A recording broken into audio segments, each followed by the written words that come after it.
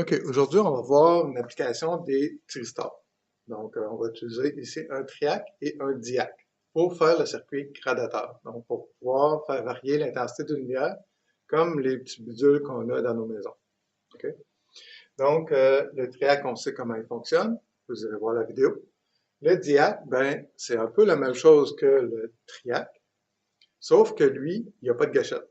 Donc, quand la tension va atteindre la tension breakdown, la tension de claquage, il va se mettre à conduire. Cette tension-là peut varier entre, c'est de l'ordre de quelques dizaines de volts à quelques centaines de volts. Okay? Donc, on peut choisir la tension de claquage qu'on veut. Et ça fonctionne dans les deux sens, comme le triac.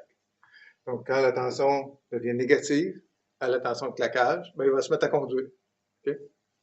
Donc, la tension à ces bornes va s'effondrer, puis ça va faire un peu comme un court-circuit, puis ça va conduire. Qu'est-ce qu'on a d'autre dans ce circuit-là? Ben, on a un genre de fil tracé ici avec un potentiomètre. Donc, un potentiomètre pour ajuster le temps de conduction. Donc, qu'est-ce qui se passe? C'est que quand la tension devient positive, par exemple, la tension de source ici à l'entrée en bleu, le condensateur, C1 et C2 vont commencer à se charger. Quand C2 va atteindre la tension de claquage, le diac va se mettre à conduire, puis il va envoyer une impulsion sur la grille pour faire conduire le triac. Donc, c'est ce qu'on voit ici. Donc, quand le triac se met à conduire, la tension apparaît au bord de la lampe, puis le courant peut circuler dans la lampe. Okay? Donc, c'est ce qu'on voit en rouge, puis il va arriver ici à 0.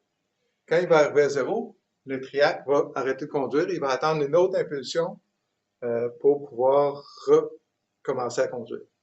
Okay? Donc, après ça, la tension s'inverse. Le condensateur se charge en polarité inverse. Quand il va atteindre la tension de claquage négative, il va arriver la même chose. Le diac va se mettre à conduire. Le courant va pouvoir sortir de la grille de mon triac, et amorcer le triac. C'est ce qu'on voit ici en haut. Okay? Donc, plus la résistance est grande, plus le temps de conduction ici va être petit, plus la lumière va allumer faiblement.